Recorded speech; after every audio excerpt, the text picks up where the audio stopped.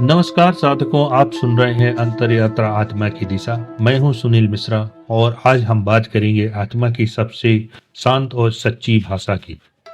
लेखन से आत्मा का संवाद, स्पिरिचुअल जर्नलिंग कैसे शुरू करें। एकांत में बैठकर जब हम कलम उठाते हैं तो आत्मा बोलने लगती है। आज जानेंगे कैसे।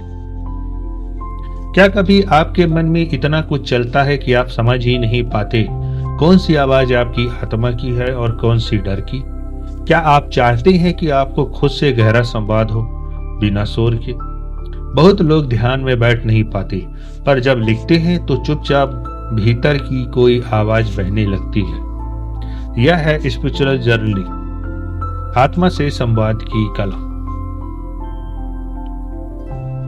जर्नलिंग सिर्फ घटनाओं को लिखना नहीं है, यह है भीतर की यात्रा को शब्द देना। जब आप बिना रोक टोक के मन की बातें कागज पर उड़ेलते हैं तो धीरे धीरे अहम का शोर शांत होता है और आत्मा की सच्ची आवाज उभरती है।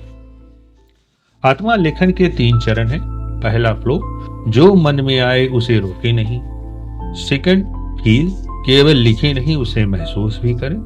और तीसरा, फाइंड, हर शब्द में आत्मा की झलक देखिए। जैसे जैसे आप लिखते हैं आपके प्रश्न प्रकाश में बदलने लगते हैं। अब आंखें बंद कीजिए और अपने आप से यह प्रश्न पूछिए, आज मेरी आत्मा मुझसे क्या कहना चाहती है? क्या मैं अपनी अंतर आवाज को लिखने के लिए तैयार हूं?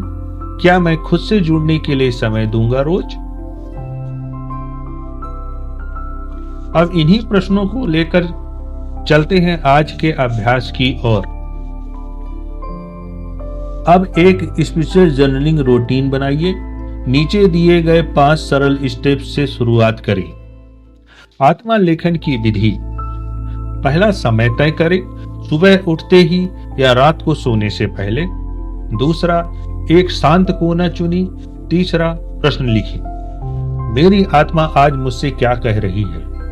चौथा, 3 मिनट बिना रुके लिखें, सोचे नहीं, बस बहने दे। पांचवा, अंत में पढ़े नहीं, बस मौन में बैठे। इसे 7 दिन तक करें। 7 दिनों में आपकी आत्मा आपसे क्या कहती है, देखिएगा, आप चौंक जाएंगे। आज की मुख्य बातें इस प्रकार हैं। आत्मा की सबसे गहरी भाषा है मौन लेखन। स्पिरिचुअल जर्निंग से आप भीतर की आवाज से जुड़ते हैं।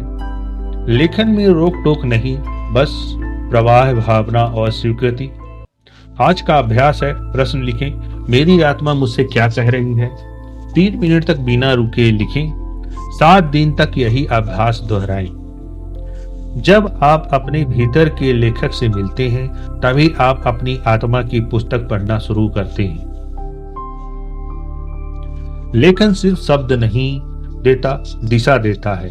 अगर आप भीतर से भटके हुए हैं तो अपनी आत्मा को कागज पर बहने दीजिए। अगले एपिसोड में मिलेंगे। अहंकार और आत्मा, पहचान का द्वंद्व। तब तक अपने भीतर की आवाज सुनिए।